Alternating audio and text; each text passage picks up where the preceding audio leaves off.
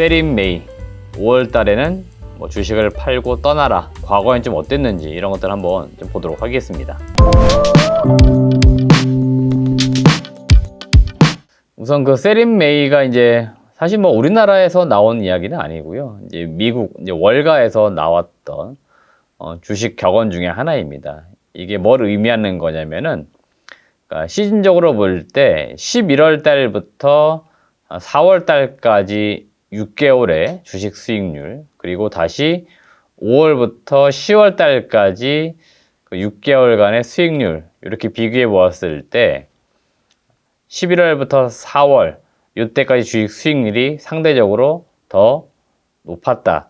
여기에서 사실 기인한 격언 중에 하나입니다. 그러니까 5월 달부터 10월 달까지는 주식 수익률이 상대적으로 떨어지기 때문에 5월 달에 주식을 다 팔고 일단 잠시 떠나 있다가 11월 달, 그러니까 주식 수익률이 좋아질 수 있는 그 시점에 다시 돌아오라.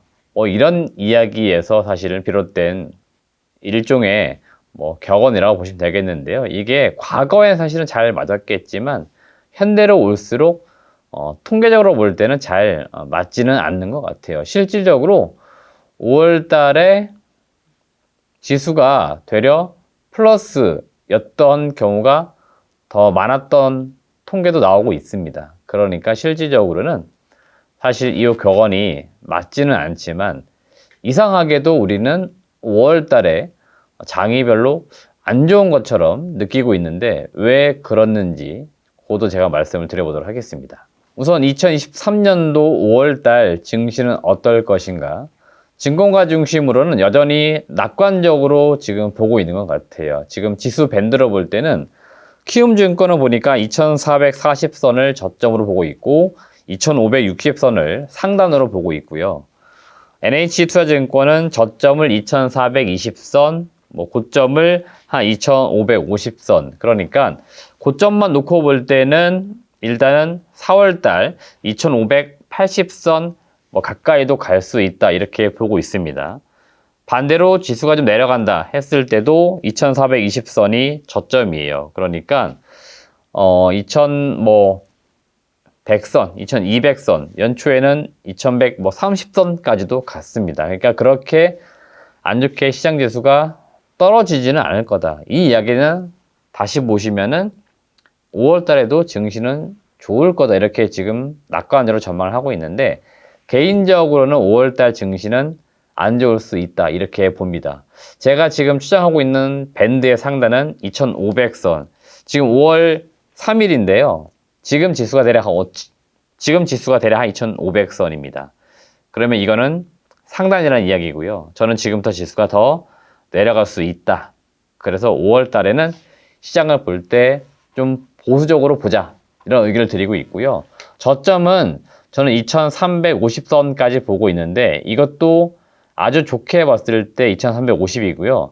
2300 초반까지도 저는 내려갈 수 있다고 봅니다. 그만큼 5월 달엔 살짝 조심해야 된다, 그런 말씀 드리고 있으니까 이건 개인적인 생각입니다. 제가 지수를 맞추는 그런 사람들도 아니고요. 저는 사실 주식을 투자할 때 지수를 예측하거나 그러진 않아요. 다만 지금은 분명히 조심할 시기는 맞다, 이런 의견을 드리는 거고, 그러면 우리가 왜 지금까지 5월 달에 주식시장이 안 좋았다고 느꼈는지 그걸 제가 경험을 토대로 말씀을 드려보도록 할게요. 우선 5월 달에는 이제 중요한 이벤트가 있는데요. 바로 1분기 실적이 마무리가 됩니다. 우리가 통상 정기 보고서라고 하는 분기, 반기, 연간 사업 보고서 공시를 해야 되는 그 시기가 있는데 보통 아주 일반적으로는 5월 15일까지는 다 1분기, 분기 보고서를 공시를 하면서 대체로 1분기 실적 시즌이 마무리가 됩니다.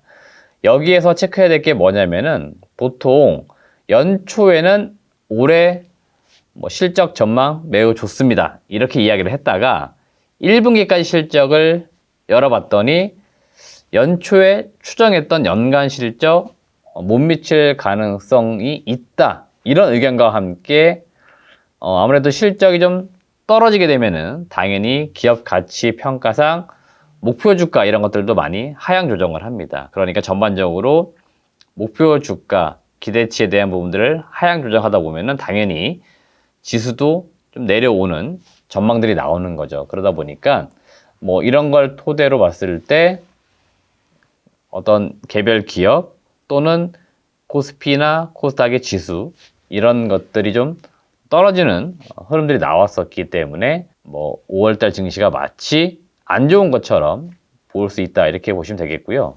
두 번째 체감적으로 느끼는 부분은 뭐냐면 모멘텀 부족 현상입니다. 이게 무슨 이야기냐면 1월달, 2월달, 3월달 새해 들어서게 되면은 늘 새로운 기술, 새로운 제품, 그 다음에 각종 산업별 뭐 전시회, 뭐 대표적으로 CES, MWC, 뭐 우리나라 같은 경우에는 뭐 인터 배터리, 다양한 산업 전시회들이 열리면서 각종 기술 제품들이 쏟아집니다. 그런데 5월달쯤 오면은 그 새로웠던 것들이 이제 익히 알고 있던 내용이 돼버립니다. 그러니까 여기에서 추가적인 내용들이 나온다 하더라도 시장이 잘 반응을 안 하는 겁니다.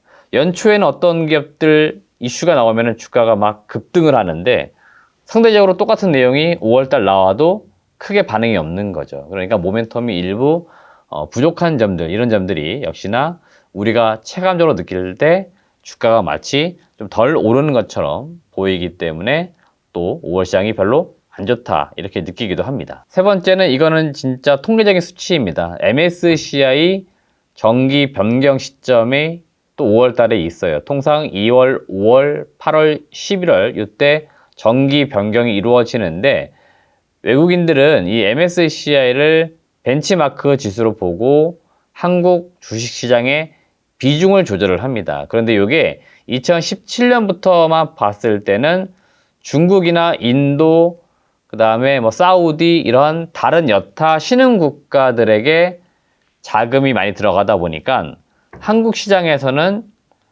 주식 비중을 좀 줄였던 겁니다. 그러다 보니까 외국인들 자금이 이탈되는 현상들이 나왔었습니다. 2017년까지만 하더라도 중국 다음으로 외국인들이 신흥국 지수에서 많이 편입했던 국가가 바로 한국이었는데요. 2022년도 기준으로 보시면 한국은 지금 4위까지 밀려나 있습니다. 중국, 인도, 대만에 이어서 4위를 기록을 하고 있기 때문에 전체적으로 외국인들이 우리나라 주식 비중을 많이 줄여놓은 건 사실이다. 그래서 통계 수치상 비중으로 봤을 때 그래서 한국 주식시장이 최근 뭐 한 5년, 6년간 봤을 때는 좀 안 좋은 것처럼 느껴졌었는데 5월 달에 이제 그런 것들이 결정이 되다 보니까 아무래도 또 시장이 또 민감하게 반응을 했었다. 그래서 우리가 5월 달에 마치 주식이 안 좋았던 것처럼 느꼈을 수도 있었다라고 보시면 될 것 같습니다. 네, 전반적으로 다시 시장 분위기 정리해 드리면 결국 5월 달은 좀 조심하자. 그리고 세린메이는 통계상 봤을 때는 꼭 맞은 건 아니었지만 그래도 우리가 체감적으로 느꼈을 때는 시장은 분명히 연초 대비했을 때는 안 좋았었다. 이렇게 정리하시면 될 것 같습니다. 이상으로 시장에 대한 이야기 간략하게 이제 브리핑을 드렸습니다.